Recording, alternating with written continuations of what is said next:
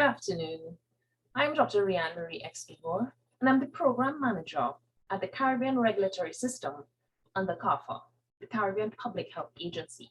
And today we are pleased to join with the University of the West Indies to present briefly a little lecture for you on vaccine adverse event reporting. As we know, COVID-19 vaccines have been in use globally for over a year. However, we're still learning some new aspects, not just about the virus, but also about the vaccines. So it's important for national health authorities, international and regional agencies, health workers, and patients to get an idea of the safety profile of these vaccines so that they could be assured or understand if anything has to be changed as to how they are used or when they are used and which ones are used in different populations. So this is part of a bigger concept called pharmacovigilance, which is generally monitoring safety and quality of medicines, vaccines, and other health technologies. So it's not a new concept. It's been something being practiced in different countries around the world. So let's keep in mind that we're now applying something that has been learned about, practiced, and we've had different studies emerging about it.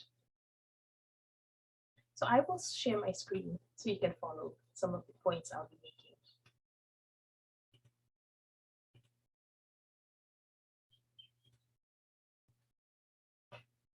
So moving forward, at the Caribbean Regulatory System, we undertake monitoring by helping countries to collect reports of adverse events, both for medicines as well as vaccines.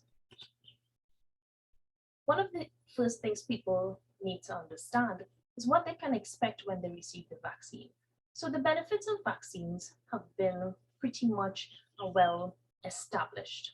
And the main goals for the vaccines are to prevent severe illness, to reduce or prevent hospitalization, and to prevent deaths as far as possible. However, just as we have benefits, we are aware that there would be side effects or responses your body would have to receiving a vaccine. And these are commonly expected because your body will respond while it's mounting its defense.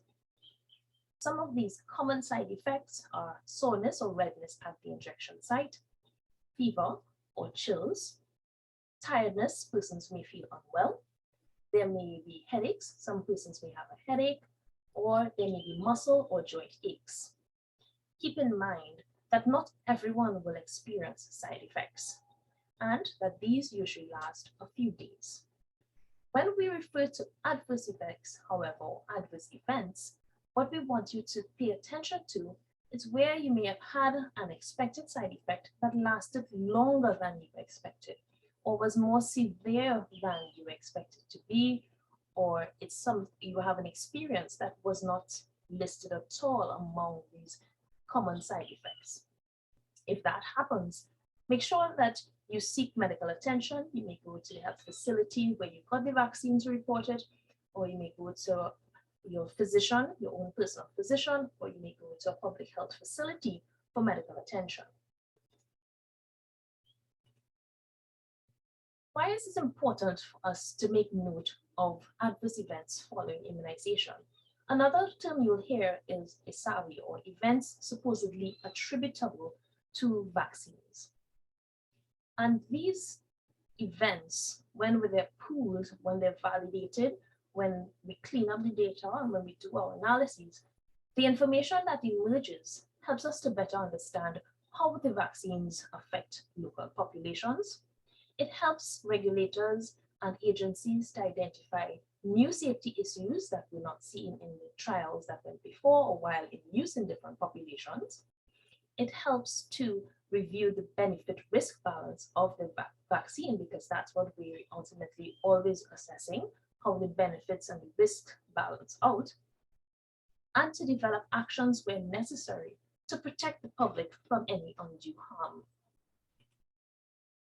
What happens when that adverse event report is made?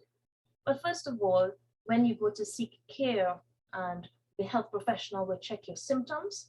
They will also check to see if there are any other related conditions or what happened around the event, maybe what led up to it, what foods or medicines you were using at the same time. Also, they may ask questions about when the vaccine is given. And that report is submitted to Ministry of Health. The Ministry of Health then seeks to verify the reports, and depending on the severity or the seriousness of that report, they would launch an investigation with a specially trained team.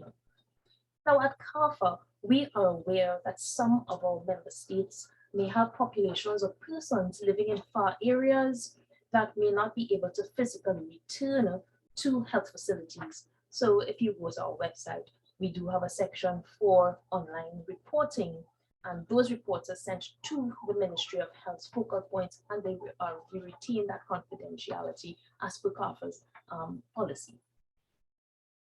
The Ministry of Health would also investigate to check to see if there are other similar reports coming from that facility or clusters. They would also want to see if there are any issues that occurred during storage, during transportation, or during administration, so that they could really help formulate a solution for the use and to make sure it's used safely. The third step is where there's a safety committee appointed by the Ministry of Health. That safety committee oversees analyses of the reports that have been verified and investigated. They would also do an assessment that informs or helps us evaluate the benefit-risk balance with using that vaccine versus not using it. And of course, make recommendations for actions that may be taken. Regulatory actions may include restricting who receives the vaccine. They may give it an age restriction. They may decide certain persons with a given comorbidity or given conditions cannot take the vaccine or should not take it, or use an alternate vaccine that does not trigger that particular event. Or they may decide that there needs to be some additional systematic changes or training. And in some cases, very rarely, the ministry may decide they would have to suspend use of the vaccine according to internal protocols. This is an overview of that whole vaccine safety evaluation step I was referring to. So we do have voluntary reports, those reports of adverse events following immunization, where you see AAFIs, also called ISAVIs. Those can come from the public or healthcare professionals, but manufacturers sometimes also receive these reports. And those reports are fed into the national authorities system. They're validated. For those that have been found not to be attributed to the vaccine, those are completely ruled out, because you don't want to spend a lot of time on reports that are not, clearly not related, or there's absolutely no link possible there. When they investigate reports and there is a potential link, that informs the risk-benefit balance. And if there's an unpleasant or unfavorable imbalance where risks outweigh the benefits, then the medicine or the vaccine may be suspended. Additional information may be used from published studies, from global databases, and from safety studies that manufacturers are undertaking. A few things to keep in mind.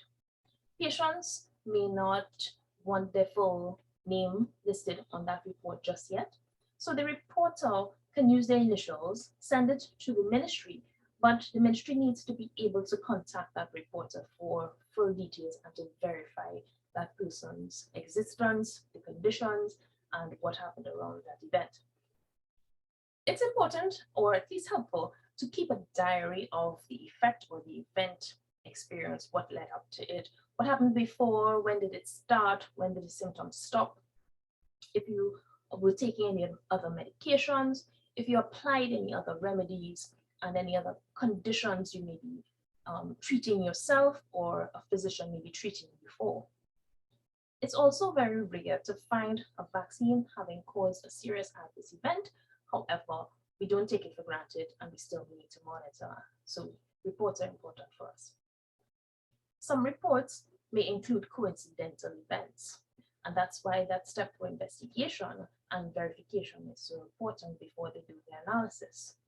And because we have so many coincidental events that could occur, it means that seeing on a website, oh, we've gotten 10,000 reports on a specific vaccine, doesn't automatically mean it's unsafe. We can't assume that because there's the other steps for investigation, analysis, causality assessment. Those are still important and they need to be done before action is taken because you could discard something that's perfectly still in use. If you're worried about the reporter getting into trouble, they won't. The principle of safety and quality monitoring of vaccines, medicines, and other health technologies is well established. And ministries of health are aware that they need to work with health professionals and with the public to understand what the public is experiencing. So that's an important principle of pharmacovigilance in around the world, not just for Trinidad and Tobago, or not just for CARPHA member states or the Caribbean. So in all, the goal of reporting is to inform this benefit-risk balance for vaccines, in this case COVID-19 vaccines, but also medicines and other health technologies. As well as the benefits, we need to make sure that the benefits continue to outweigh the risks while we're using a product. Once that balance changes and if the risks ever outweigh the benefits, then we need to take strict action to protect the public from undue harm. So voluntary reporting of adverse events following immunization or SRVs, this helps the national authorities to see the safety or to understand the safety profile and to see what's common among the population. Because there are some conditions we consider baseline. We expect a certain number of persons to live with or to have certain conditions, for instance, chronic diseases, but we need to be able to determine which ones are routine for the expected conditions and which ones are triggered by a medicine or vaccine or maybe incorrect use. Maybe we need to retrain people. Maybe we need to have the manufacturer change the way it's packaged so we make less errors. And all of that contributes to pharmacovigilance. So each person has a part to play. Let's do our part to monitor vaccine safety. Thank you and have a great day.